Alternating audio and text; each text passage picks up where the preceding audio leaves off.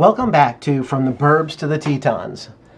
This is the second video in a series about the workshop, guest house, apartment design.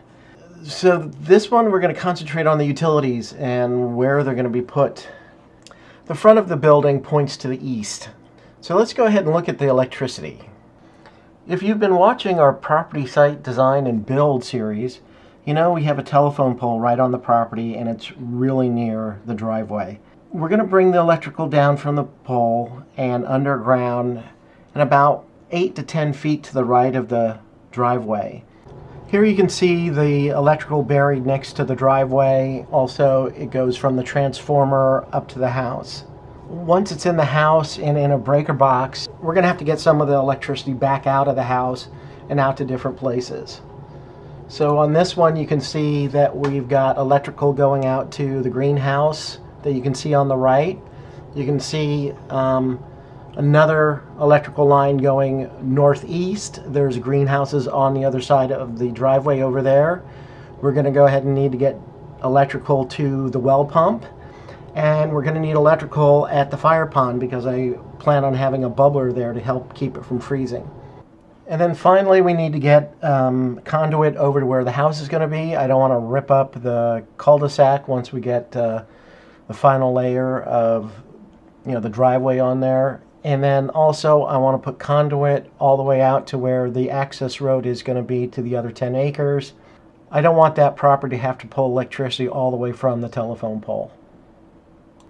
So let's move on to fiber, basically my internet connection. I've got the option of both fiber and copper. I'm not going to do the copper, I'm just going to do fiber.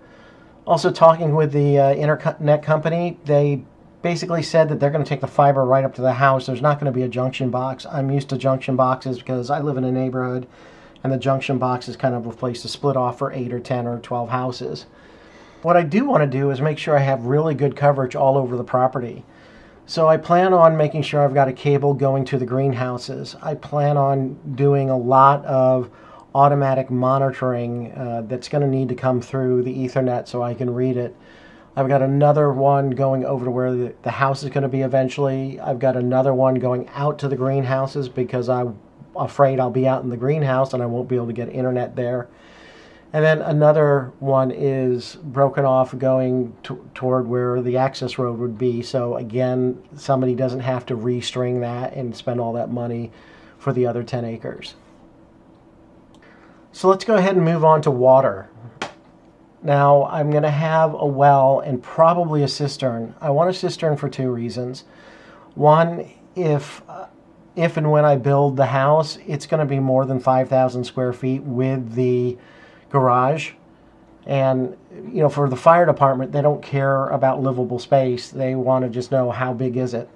So I'm going to need at least 1,000 gallons. Now I'm going to have the fire pond too, but I kind of like having the safety of having that cistern. The other thing is too is if the power ever goes out, the pump to pump the water up 150 feet is extremely powerful and draws a lot of amps. A pump to pump from the cistern into the guest house and over to the main house is probably going to be a half to a third the size and not have near the amount of energy that it needs and would run easily off of a battery. I talked to the well guy and he said no, you'd have to get a special one if you plan on running it off of a battery for the main well, and I don't have to worry about that. The electricity there never goes out for more than a couple hours, and it has never gone out for more than a couple hours in the last 20 years. So this is one of those things that I'm overbuilding, but why not? You might as well do it now. So from the cistern, it's going to go to the workshop. I'll have a pipe go over to where the house is. I'll also have one go from the workshop over to the greenhouses on the right-hand side, and then from the cistern over to the other greenhouse on the other side of the driveway. Now I also have one going from the cistern to the fire pond, and I just got to talk to the pump guy about not doing that, because anytime I use that to fill up the fire pond, I'm not going to do a gallon or two. I'm going to do hundreds of gallons, if not thousands. I think the fire pond will hold anywhere between 15 to 20,000 gallons of water. Let's go ahead and continue on with propane and septic. So let's do the propane first. The green is the propane. I'm going to have the propane tank going into the house, and then in the house, most of the stuff it's going to be wired to is going to be right in that garage bay. But I also want to have propane coming out of the house in the back right and the front left. And the back right is going to be on the bottom floor, and it'll be so I can hook it up to a generator. I plan on getting a generator that will run off gas or propane. And then the one in the front will actually be on the second floor on the deck, so I can hook up a grill. Now for the septic, obviously one needs to go to the septic tank, but you can see right close to it there's another little short black line. I plan on having a setup to hook up an RV. So if somebody comes by to visit who lives in an RV or is in an RV, they can go ahead and just park it right next to the wall there, and they're going to have some place to dump their tanks, and also a 30 amp power cord hook up there, as well as water and drinking water.